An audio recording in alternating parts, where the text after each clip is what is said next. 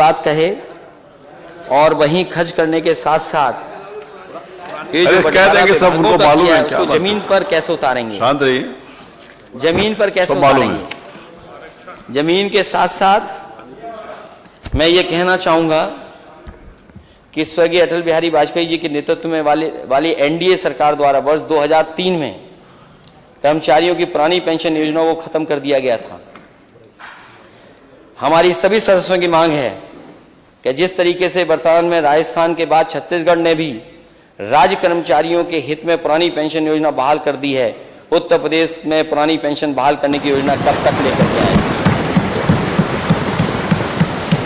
केंद्र सरकार जनवरी 2022 का डीए घोषित कर चुकी है, परंतु राज्य कर्मचारियों का जनवरी 2022 का डीए घोषित नहीं किया गया है।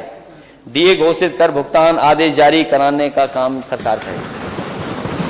कोविड-19 में राज्य कर्मचारियों का नगर प्रतिकार भत्तों का भुगतान रोक दिया गया था। कर्मचारियों के नगर प्रतिकार भत्ते को बहाल किया जाए, यह हमारी सभी विपक्षी दलों की मांग है। राज्य संपत्ति विभाग उत्तर प्रदेश के नियंत्रणाधीन सरकारी आवासों में दिव्यांग कार्मिकों को उनकी सुविधा अनुसार भूतल पर आवास दिए जाने की सुविधा भी दी जाए। ये तमाम सुझाव हैं। और तृतीय श्रेणी में आउटसोर्सिंग पर रखे गए कर्मचारियों का न्यूनतम वेतन कम से कम 25,000 किया जाए। और मैं तो ये कहूंगा कि हमने अपने मैनिफेस्टो में लिखा था कि अगर सरकार पक्की है तो नौकरी पक्की क्यों नहीं है।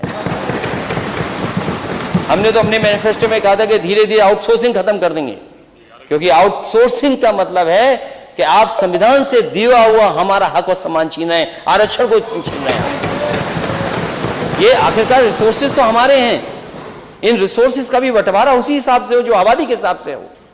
जो रिसोर्सेज है वो हमारे सबके हैं, अकेले किसी के रिसोर्सेज नहीं है। इसलिए रिसोर्सेज का बंटवारे के लिए आउटसोर्सिंग वाली व्यवस्था बंद होनी चाहिए। उत्तर प्रदेश में वर्ष 2008 में 68,500 शिक्षक भर्ती के शिक्षकों के प्रमाण पत्रों का सत्यापन हो जाने के वेतन भुगतान रोका गया है। सत्यापन कार्य पूर्ण हो चुका है, परंतु अवशेष वेतन के एरियर का भुगतान नहीं किया गया। इसका भुगतान शीघ्र कराया जाए। और साथ ही साथ जो आपने अपने संकल्प पत्र में कहा है कि नौजवानों को हम बड़े पैमाने पर नौकरी दे देंगे, सरकारी नौकरियों के पद सभी भरे जाएंगे। एक तो जो सरकारी नौकरी रुकी पड़ी है वो कब पूरी होंगी उनके, और साथ ही साथ जो पेपर आउट, पेपर लीक या उसमें फंस गई हैं बड़े पैमाने पे नौकरियां, कुल आरक्षण को लेकर के नौकरियां फंस गई हैं। एसआई की भर्ती में इतने बड़े घोटाला कि जहां पर 100 से ज्यादा लोग पकड़े गए हों, वो नौकरी रद्द क्यों नहीं हो रही। वो तो सामने है सब चीजें। इसलिए हम मांग करते हैं कि इन चीजों पे भी सरकार विचार करे। इन्हीं शब्दों के साथ मैं अध्यक्ष जी आपका और माननीय सदस्य सभी का